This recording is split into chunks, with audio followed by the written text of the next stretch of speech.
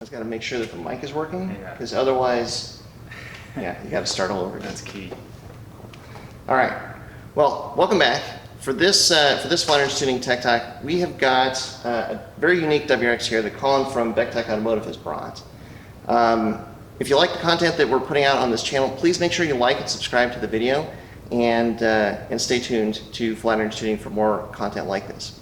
So, Colin, let's start with where you're coming from. You're coming from Bechtech Automotive. Yep. And people can find you on Facebook, on the internet, and all that. Yeah. Perfect. What do you specialize in at your shop? What do you say? We do mostly show cars, a lot of air suspension, engine builds, similar to this one, I guess. Whatever you want, really. Right. Fab work. Anything that's out of the box. Exactly. That is your playground. Yeah. And this car is a WRX, but you have probably touched basically every nut and bolt on this car at this point. Yeah. And it is like the engine is done. It has air suspension. The interior is fully gone through. You've really kind of reinvented this car almost. Totally. Yeah, I would agree. And the reason we wanted to bring you down is we had worked with you to put an engine in the car a couple of years ago. And yeah. What was kind of some of the stats on that build? Well, we did an IAG Stage 2 block, Blausch 20G XTR ball bearing turbo. Yeah. 1,000cc injectors, fuel pump E85. I think it made around 400, maybe a little less. Yeah. And you had that set up for a couple of years. Yeah. Yeah. And it worked well. Yeah. And then you decided you wanted to try something different. Yeah, I just realized that that build in itself wasn't all that unique, and that's really what I like to see in my cars, and Sure. I think that's what my customers like to see in their cars. Yeah. And it was a great build. It was strong. It pulled good, but it just wasn't out of the box enough for me. It was too simple, too standard. It was, yeah. So I remember you came in and you wanted to do something that was really different. Yeah. Do you remember some of the criteria, like what your goals were at the time? Well, I decided I wanted to make about 400 horsepower.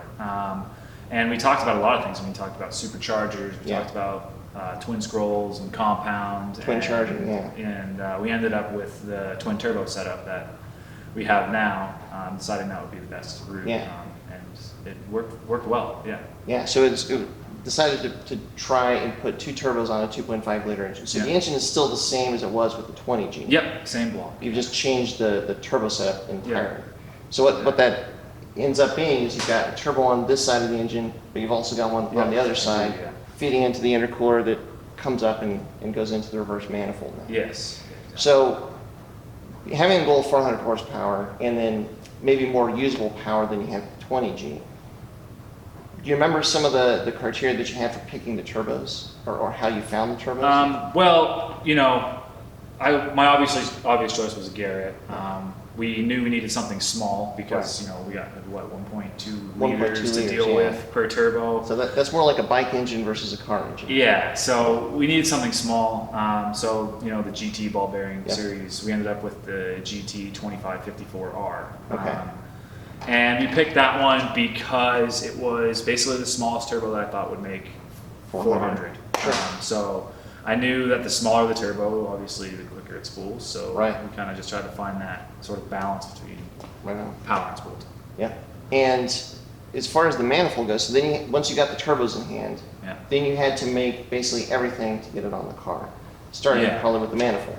Yeah, well, we started by just sort of mounting the turbos up in place, and then we, built the manifolds, from the header on either side, and then just kind of go out to one for each turbo. So it's two totally separate manifolds. Yep. One on each side. There's no balance tube or anything like that. They are completely separate.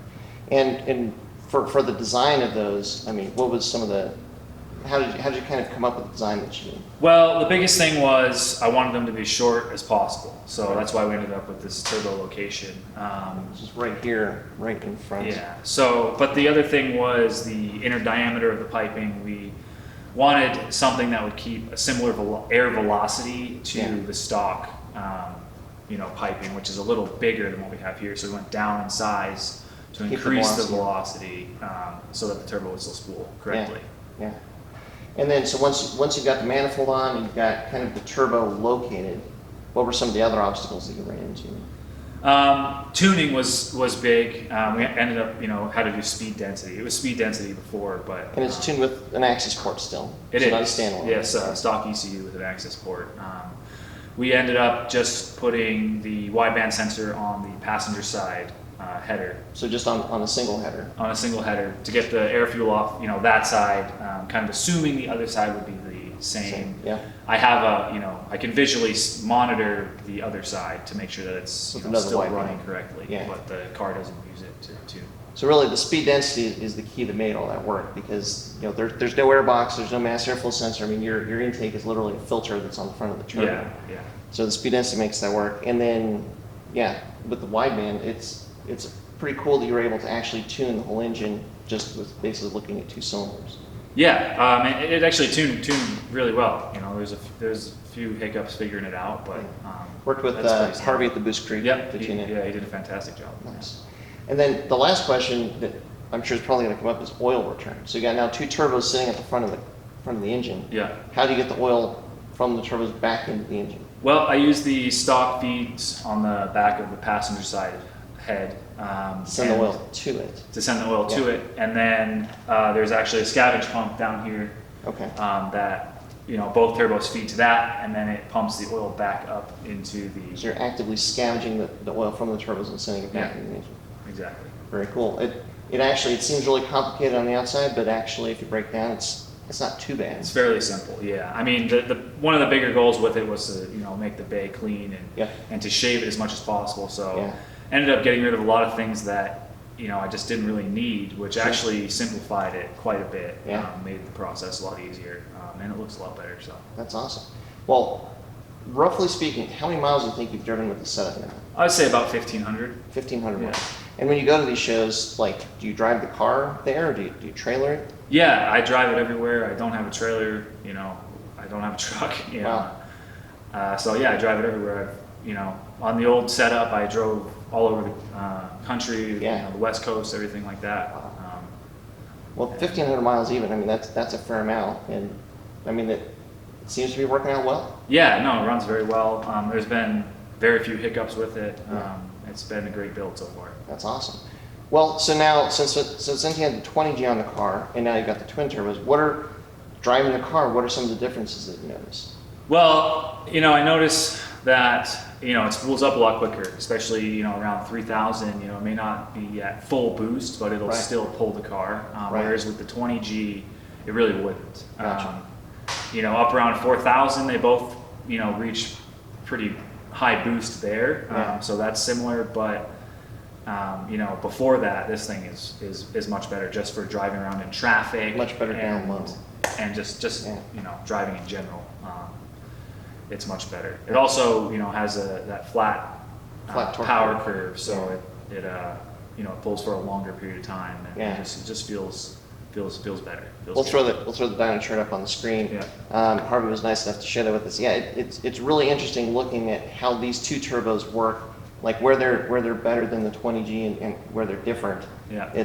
It's that they're similar, but like the ultimate peak power is very similar between the 2. Yeah. But how each setup gets there is different. It is. Yeah. That's cool. Well, so now this car is basically a constant work in progress. Mm-hmm. What do you think now? Now that you've come to this point, what is next? Is there something next? Are you going to continue to refine it? For me, I think the car is pretty close to done. Although I just finished this, so the future could hold some more stuff for it. I guess we could change it around a little bit, make some more horsepower with it, maybe build the heads or do a slightly bigger turbo. We'll see.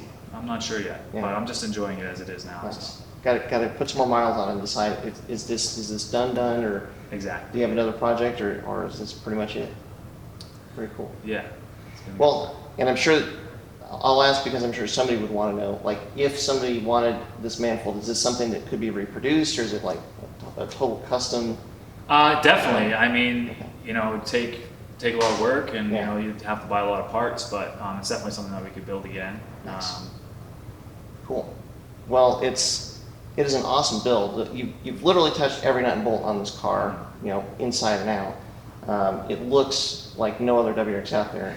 but it also now it runs and drives Yeah. like no other WRX out there, which is kind of cool. Yeah, that was a big goal this year, was to get it to a point where, you know, it sort of had a compromise between, you know, the stance Yeah. and the performance, because, you know, I had all the camber before, and Yeah. it just really didn't handle very well, and I couldn't really enjoy the power. So Yeah. we've changed it up a bit with the suspension geometry and this Yeah. and that, and now it's really, you know, does well in both categories. Yeah. And I'm super happy with that. That's awesome. Yeah. Well, it is a really cool build. It is fun to see something that is just this unusual, but you put it together, you made it work, and you're driving it around every day, which is that speaks volumes. That's Yeah. pretty awesome. So thanks for bringing the car by. Thanks for letting us get under the hood and under the bumper in this case. So yeah, if you guys want to find out more about Colin, what he does, we've got a website, Facebook page, so check out Bechtech Automotive for sure. And yeah, if you like the content on this channel, please drop a like and subscribe, and stay tuned for more from Flatirons Tuning.